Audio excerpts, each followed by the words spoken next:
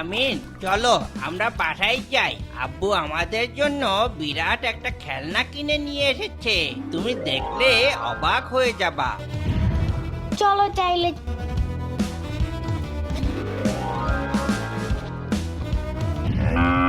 এই তাফি, এটা কি?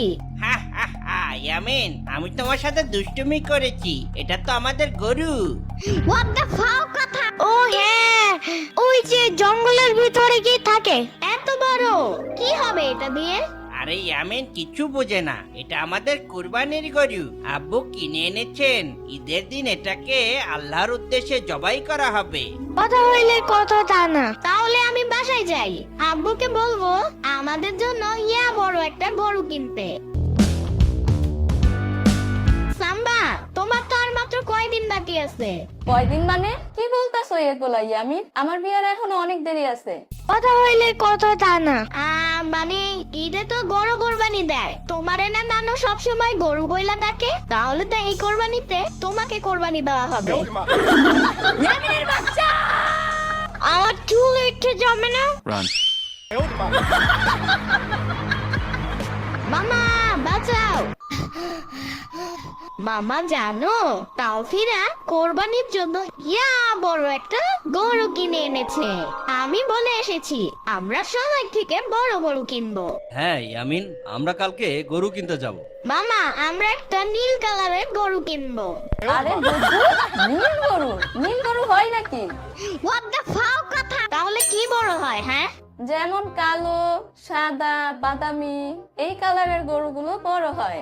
সাম্বা চুপ থাকো, তো কথা বলতেছো কেন? তুমি বেশি জানো, নীল রঙেরও গরু হয়। হ্যাঁ আসছে, সব জানতা শামসে। ওই মামা, আমিও গরু কিনতে যাব।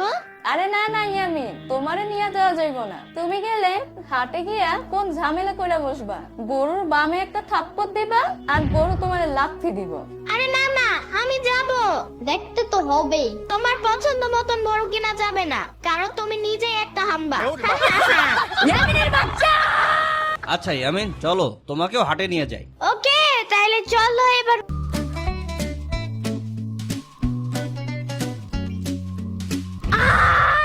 Mission fail. পায়ে তো গোবর লেগে গেছে, এখন কি করব? একদম ঠিক হইছে, পাকনামি করে আসতে চাইছিল, এখন গোবর খায়াও না চাটা দিয়া। আগেই বলছিলাম না আসতে, বড়দের কথা না শুনলে এমনটাই হয়। ওই সাম্বা, বেশি কথা না বইলে আমারে তাড়াতাড়ি পরিষ্কার করে দাও। ইয়ামিন চিন্তা করো না, চলো সামনে একটা কল আছে, সেখান থেকে তোমার পা ধুইয়ে আসি। ঠিক আছে চলো। আজকে একটু তুমি পড়ে দাও, কালকে আবার ট্রাই করবে না আমি। বাচ্চা মানুষ।